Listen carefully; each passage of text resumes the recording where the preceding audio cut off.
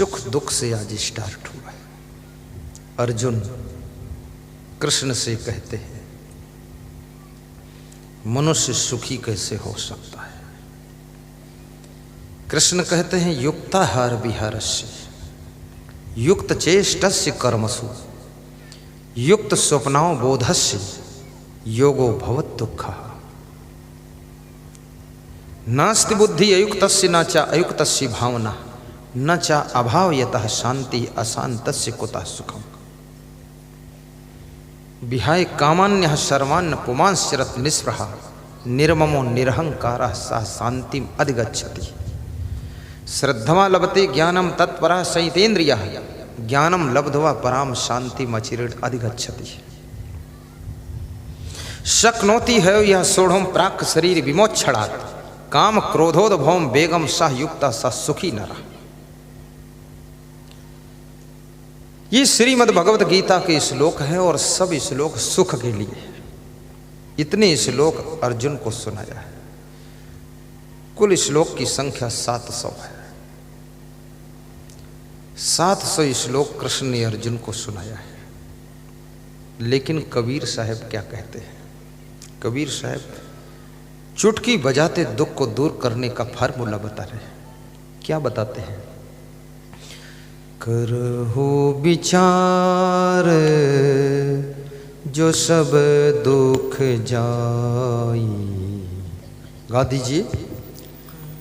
करहु विचार जो सब दुख जाई। एक गिरधर दास नाम का कवि हुआ है। उसने विचार पर बहुत बड़ा चिंतन दिया है कि बिना विचारे जो करे सो पीछे पछताए। तो काम बिगाड़े आपनो जग में होत हंसाए। जग में होत हंसाए चित्त में चैन न आवे। खान पान सन्मान राग रंग कछु मन ही न भावे। कहे गिरधर कबीराए दुख कछु टरत न टारे और खटकत है मन माही कियो जो बिना विचारे। विचार शब्द कितना महत्वपूर्ण है। जैसे महिलाएं दाल बनाती हैं चावल बनाती हैं तो विचार करती हैं, उसको विचारती हैं, सूप से पछोरती है, कंकड़ अलग करती है, उसकी भूसी उसी अलग करती है। वही विचार करना है। आपकी जिंदगी में भी विचार होना चाहिए। मंदोदरी ने रावण को विचार करना सिखाया था। मंदोदरी ने एक दिन रावण से हाथ जोड़कर कहा कि हे नाथ, नाथ बैर की जय वाही से बुद्धि बल जीत सको जाही से। नाथ बैर की जय वाही से बुद्धि बल जीत सको जाही से।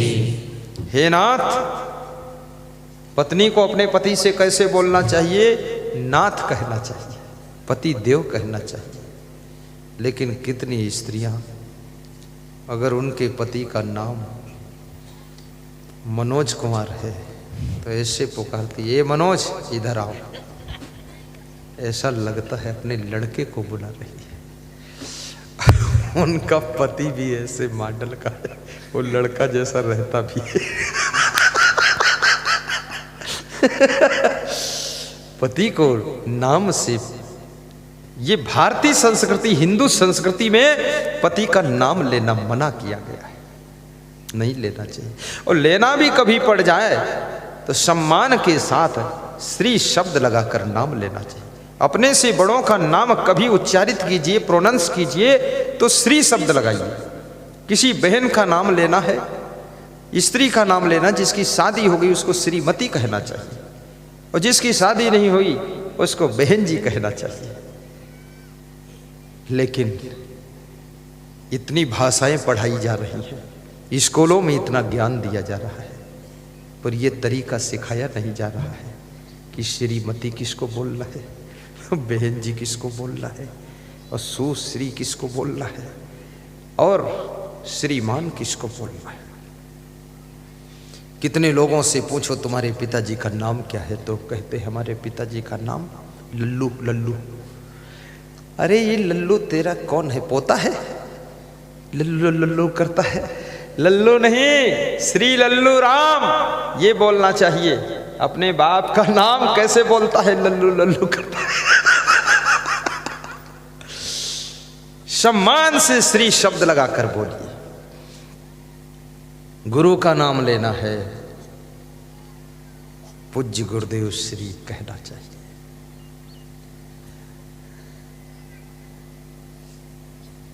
सम्मान से बोलना भी सीखो। अपनी पत्नी का भी नाम लो। नाम बहुत कम, भगवान श्री राम ने सीता का नाम बहुत कम लिया है। भरद्वाज ऋषि के आश्रम पर जब श्री राम जी पहुंचे, श्री राम को मर्यादा पुरुषोत्तम क्यों कहा गया? जब गेट पर पहुंचे तो वहां रुक गए, ठिठक गए। अपने आप गेट को नहीं खोला, जबरदस्ती अहंकार के बसीभूत होकर खोल दो गेट, लक्ष्मण तोड़ दो गेट। ये उदंडता नहीं करना चाहिए। भगवान राम रुक गए। भरद्वाज ऋषि की दृष्टि गई कि कोई भक्त आया हुआ है।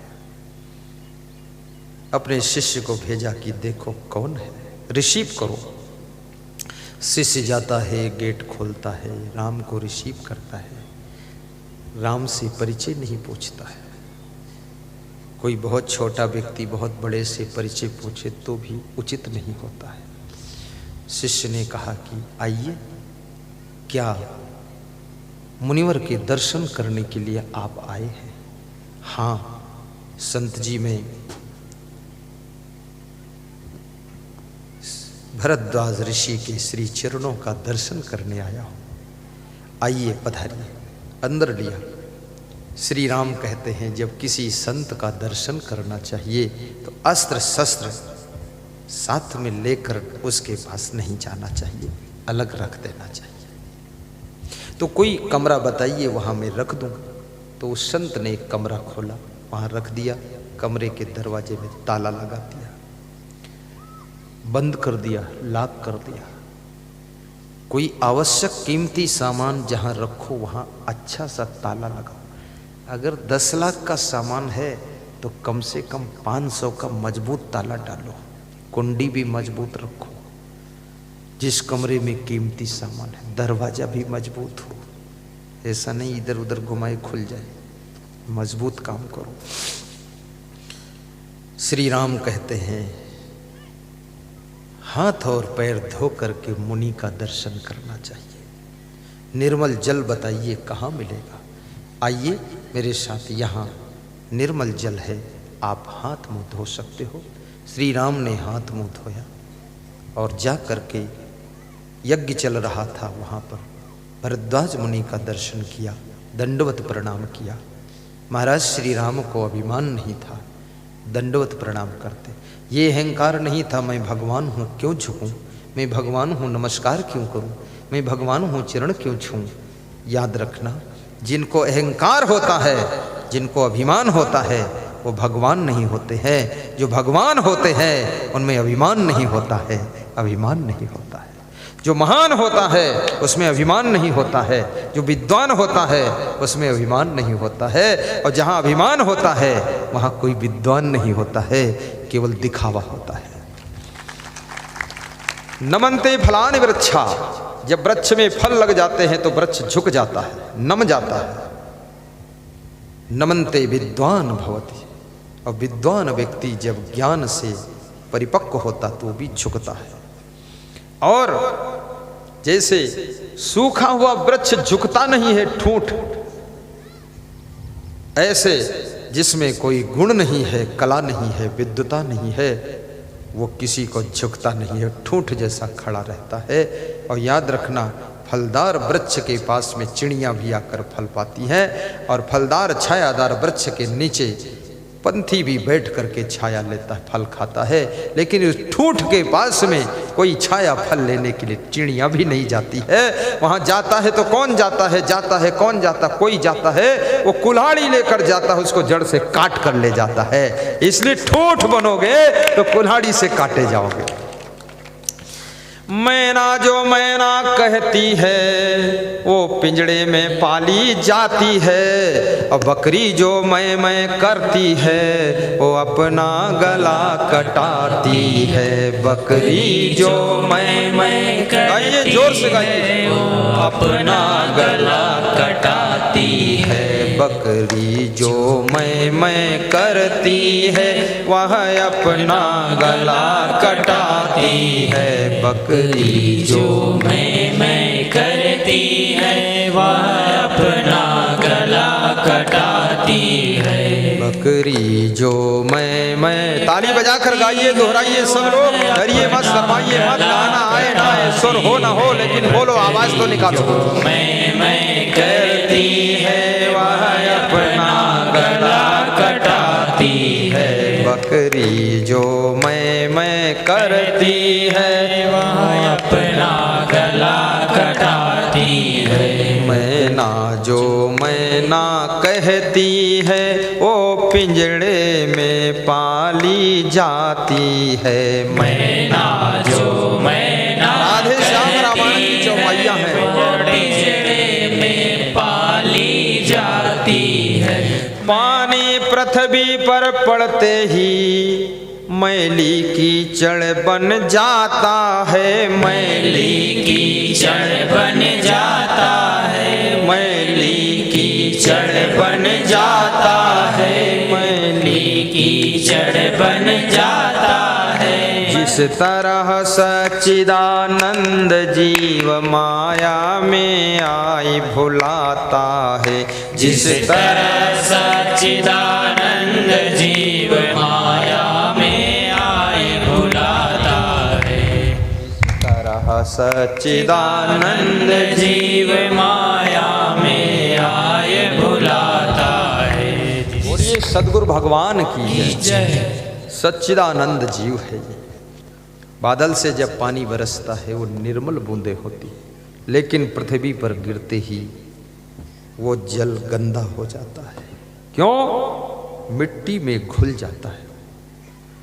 इसी तरह जीव स्वरूप से निर्मल है, पवित्र है। ये जीव में कोई गंदगी नहीं है, लेकिन इस माया के संसार में आकर के ये माया मोह का कीचड़ इसको लग जाता है।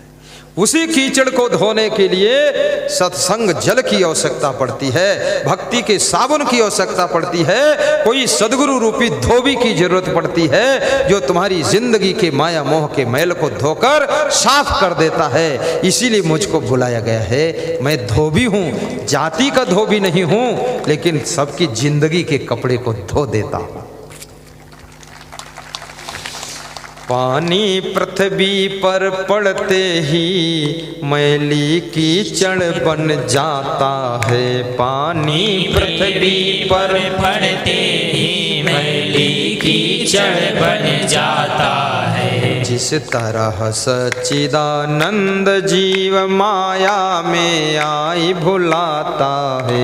जिस तरह सच्चिदानंद जीव माया में आए भुलाता है। जिस तरह सच्चिदानंद जीव माया में आए भुलाता है। जिस तरह सच्चिदानंद जीव माया में आए भुलाता है। ये माया क्या है? अभी मैं एक व्यक्ति को खड़ा करूं और पूछूं, एक महिला को खड़ा करूं, पूछूं कि माया क्या है। पुरुष से पूछूं तो कहता है धन माया है, घर माया है, ये गाड़ी वाड़ी सब जमीन जगह माया है, ये औरत माया है। ये अगर स्त्री माया है तो पुरुष तो माया पति है, स्त्री का पति है ना, तो माया पति हो गया। और ये माया पति है तो तुम भी माया, ये भी माया। तो और माया क्या है? याद रखना, धन माया नहीं है। आज तक जिसको तुम माया मानते थे, आज परिभाषा बदल जाएगी। ना स्त्री माया है, न पुरुष माया है, न धन माया है, न जमीन माया है, न घर द्वार माया है, न सामान माया है। तो फिर माया है क्या? तुम्हारा मन माया है।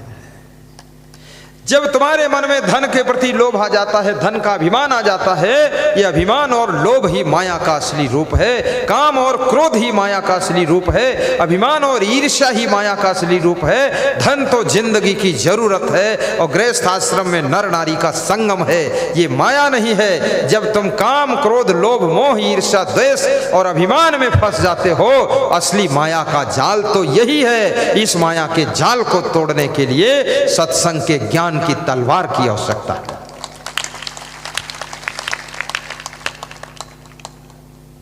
धन तो सबके पास है, लेकिन जिनको धन के प्रति लोभ है तो समझो माया में फंसे।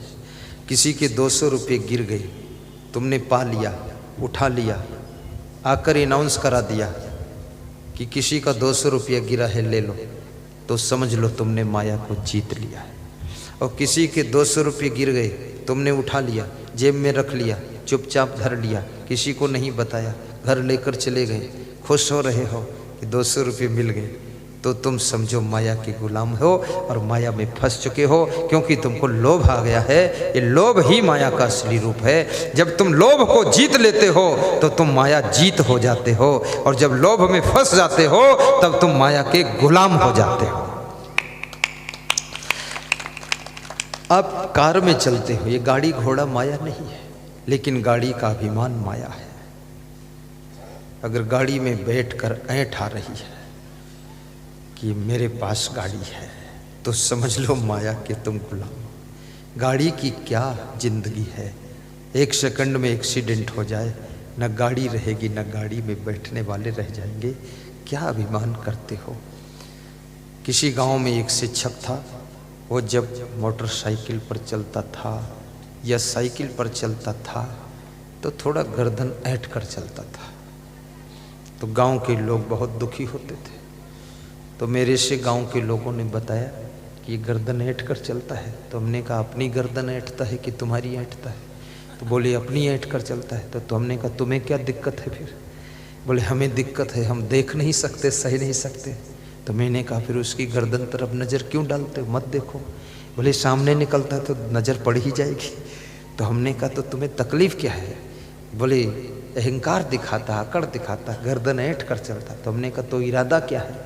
बोले कभी दांव मिलेगा तो हम गांव भर मिल के इसकी गर्दन पूरी ऐंठ देंगे। अहंकार दूसरा आदमी देख नहीं सकता, सह नहीं सकता है, लेकिन नम्रता सबको प्रिय होती है। मैं निवेदन करूंगा, विनम्र बच्चे को सभी गोद उठाना चाहते। क्यों? क्योंकि बच्चा विनम्र होता है, सरल होता है, इसलिए बच्चे को गोद में लेते हैं।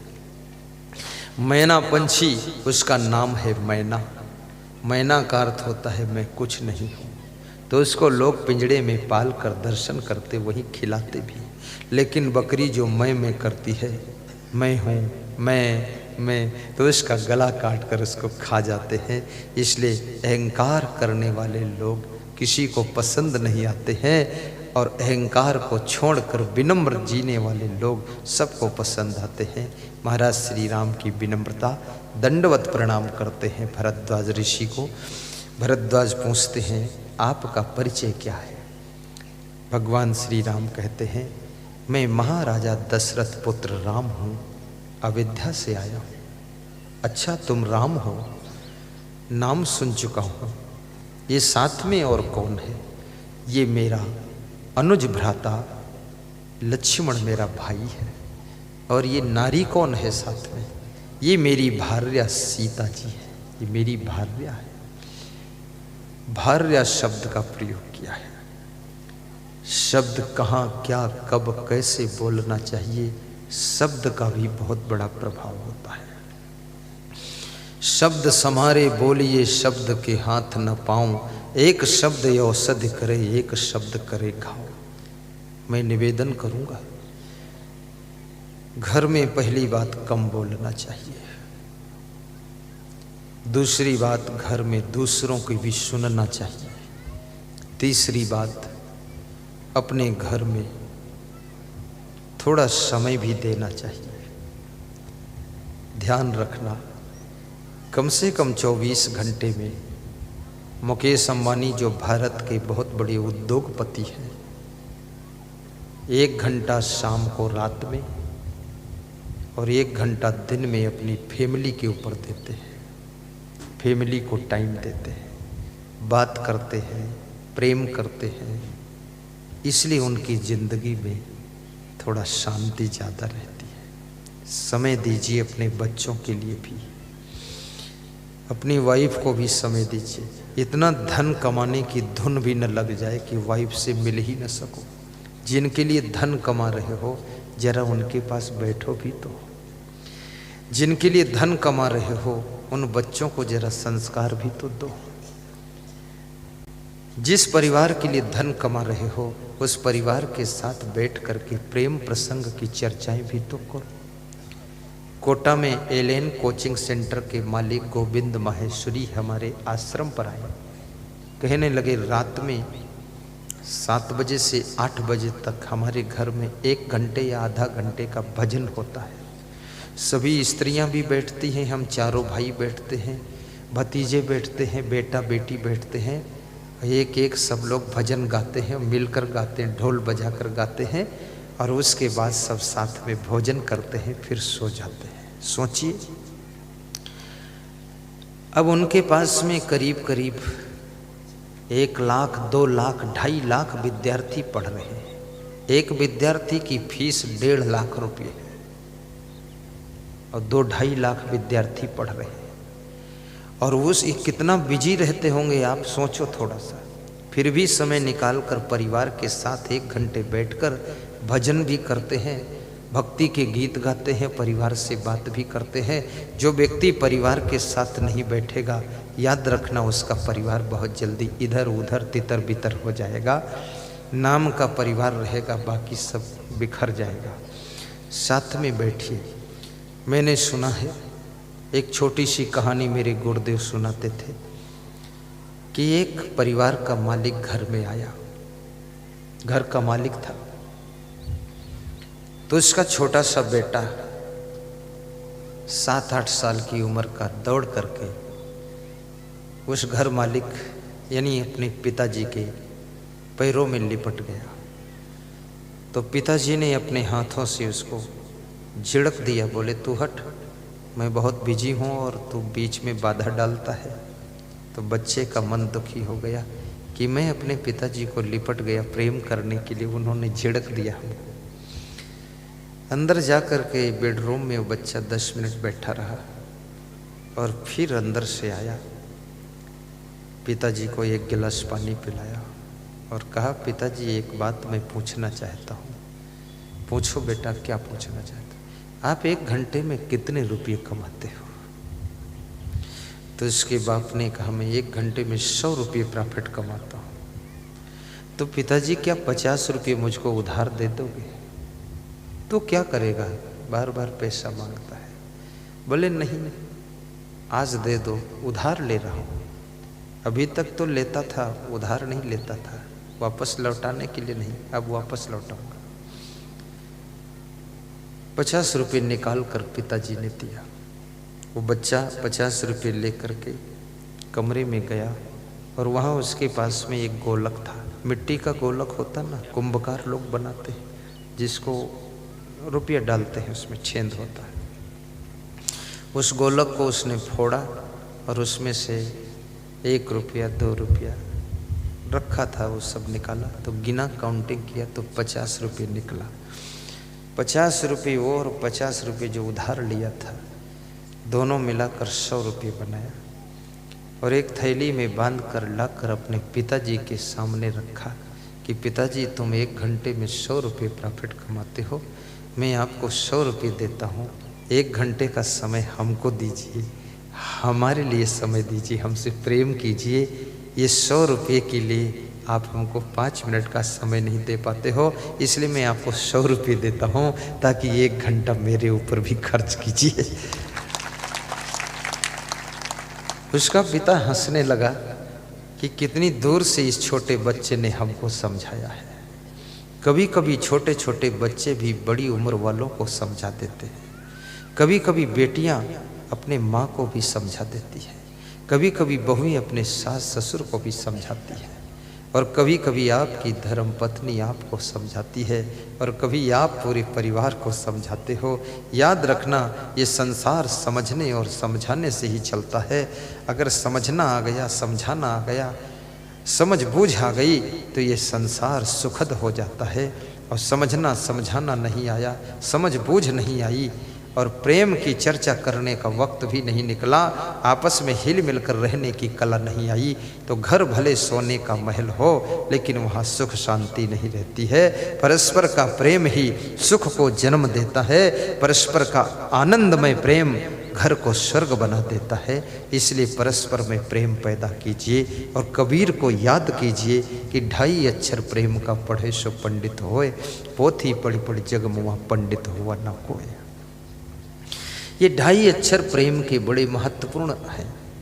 आज आपकी पत्नी आपके साथ रहती है तो प्रेम के कारण ही तो रहती है।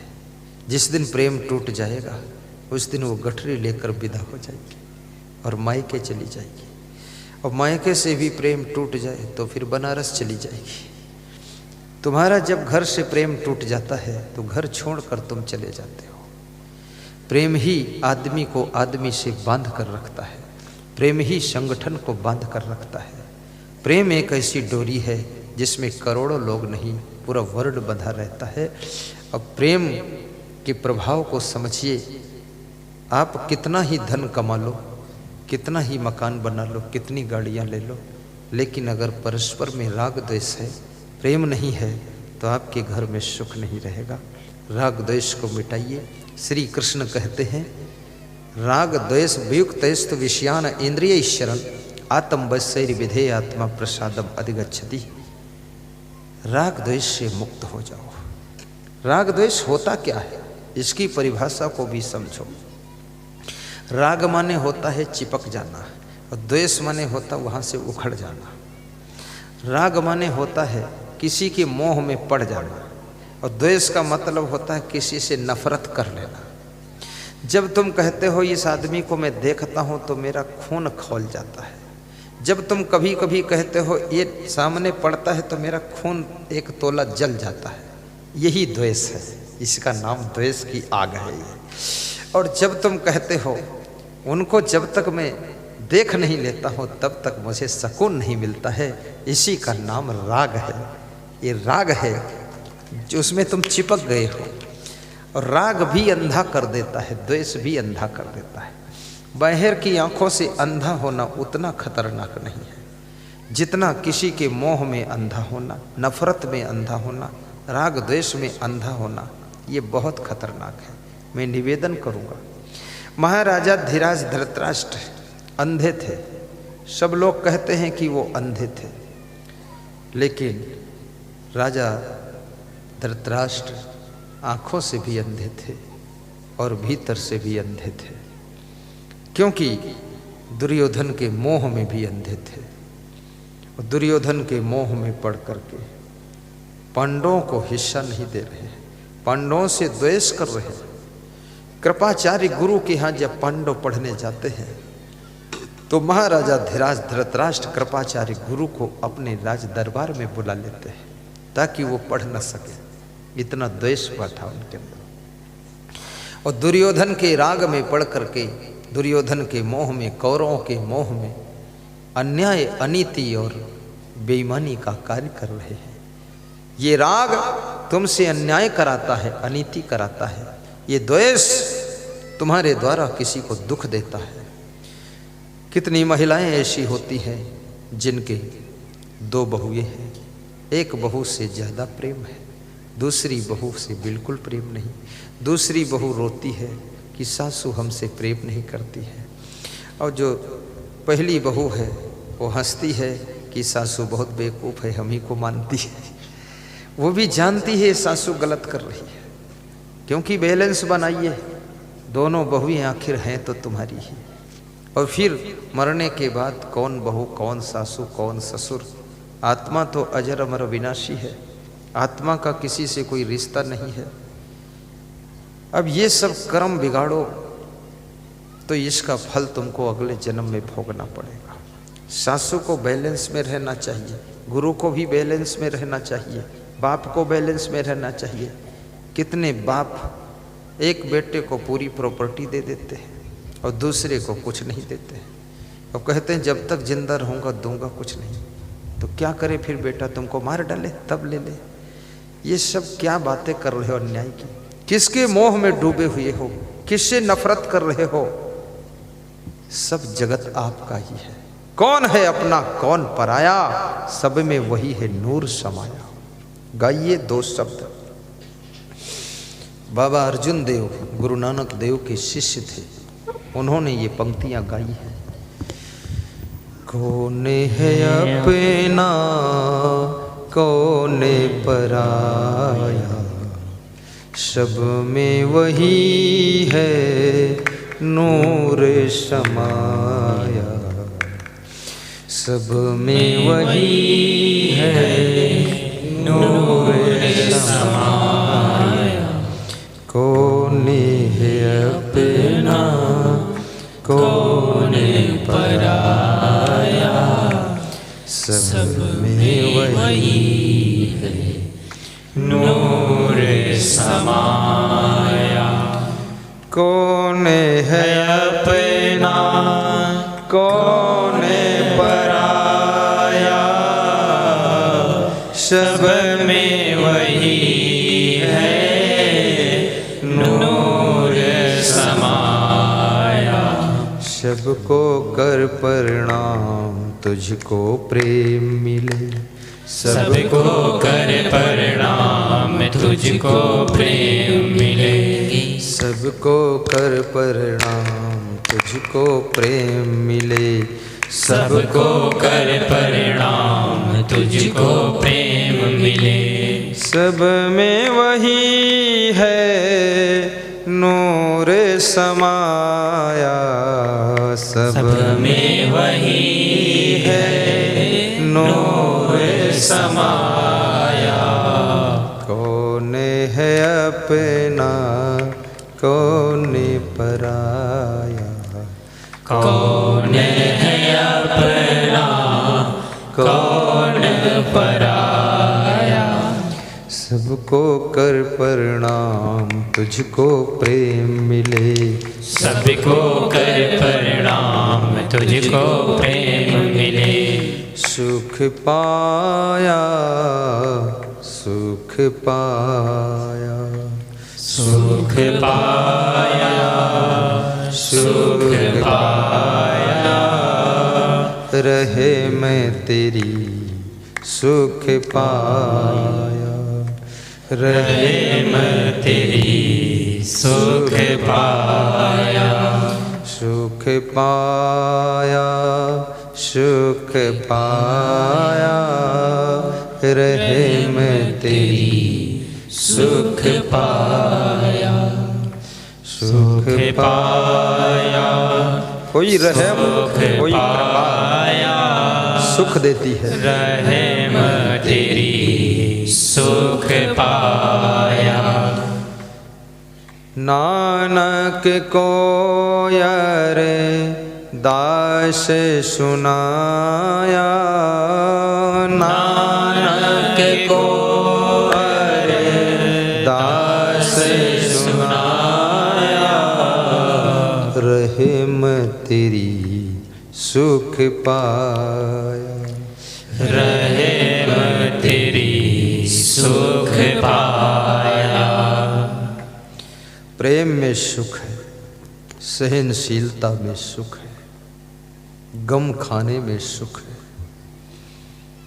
लोभ को त्यागने में सुख है, दान करने में सुख है, ज्ञान में सुख है, भक्ति में सुख है, निर्मलता में सुख है, सहनशीलता में सुख है,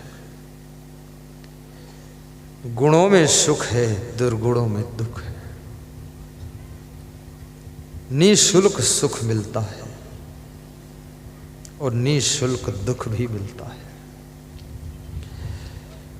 समझ आ जाए कांटे भी फूल जैसे लगने लगते हैं, न समझी आ जाए फूल की कोमल पंखुड़ियां भी चुभने लगती है। प्रेम की गंगा बहाते चलो,